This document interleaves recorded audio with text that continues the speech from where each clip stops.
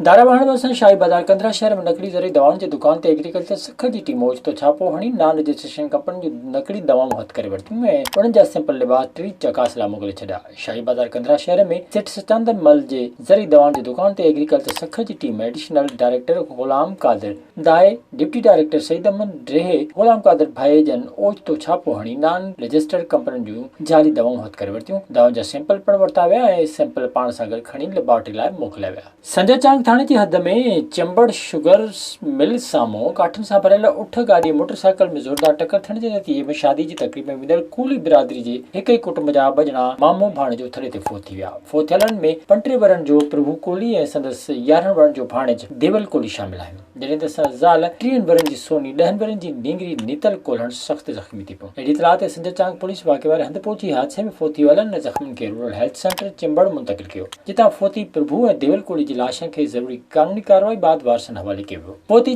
चिंबड़ वेझे फारूकाबाद वासी आहिनि। वारसनि मूजिबि उहे चिंबड़ लॻ गुलाब लॻारी में पंहिंजे अज़ीज़नि जी शादी जी तकरीब में वञी रहिया हुआ। विज़िट कयो अवामी आवाज़ मीडिया ग्रुप जी वेबसाइट awamiawaz.pk।